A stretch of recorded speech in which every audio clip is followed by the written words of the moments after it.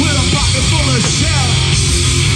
They rally round the family with a pocket full of shell. They said it couldn't be done. Hey guys, today I'm going to be showing you how I have created a dual output from my bass guitar in which I can essentially play bass guitar and rhythm guitar at the same time.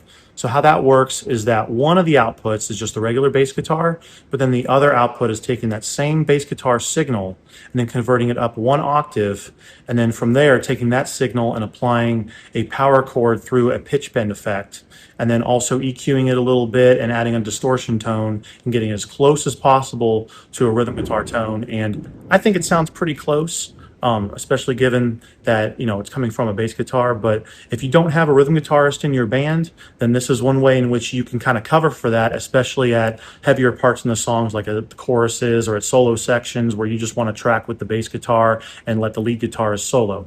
So I'm going to walk you through my setup and my signal chain and all of that, and then also do some demonstrations with playing so that you can hear how both of them sound independently and then also how they sound together. So let's get started.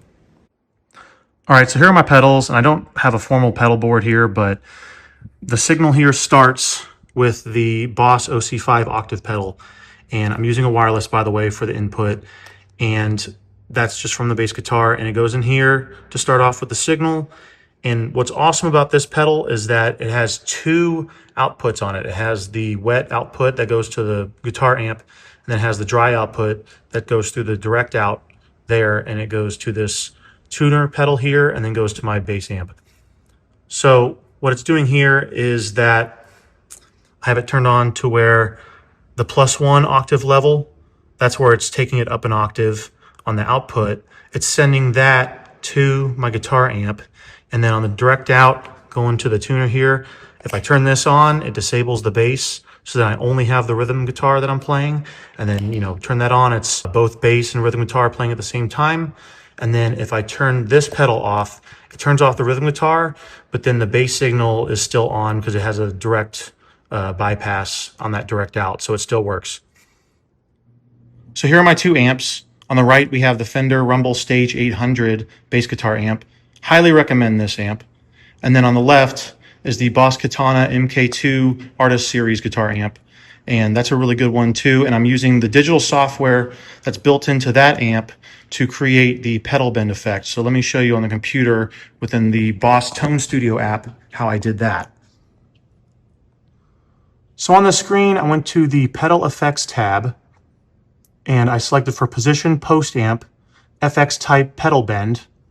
And then for pedal position, set it to 100. And then for pitch, I set it to +7 because 7 semitones equals a perfect fifth. So that's how we're creating the power chord. Effect level, I set it to just like 46. And then direct mix did 100. And then I have a distortion tone that I had created in there, but I'm not going to go through that, how I set that up. And then for equalizer, I had to set the bass and the mids pretty low, set it down to 11 and 12 respectively, and then the treble at 100. That's what I had to do to get the tone to sound like an actual guitar as much as possible, because it's coming from a bass, so that's why those had to be turned down quite a lot. And then before I start playing for you guys, just wanted to call out the two to detect drop pedals that I have. I have one for each amp going through the FX loops on each amp. And the reason why I have to do it this way is because if you just roll with like one in your signal chain here, it creates this really annoying warbling sound. And it was just kind of annoying me, so I ended up buying a second one, doing it through the FX loops. It got rid of that warbling sound. And the only drawback to using these is that whenever you turn them on and you do drop the tone down, it does reduce the volume a little bit, but there's plenty of workarounds for adjusting for that. So I use these quite often, but if you don't really change your tunings that often, then these are optional.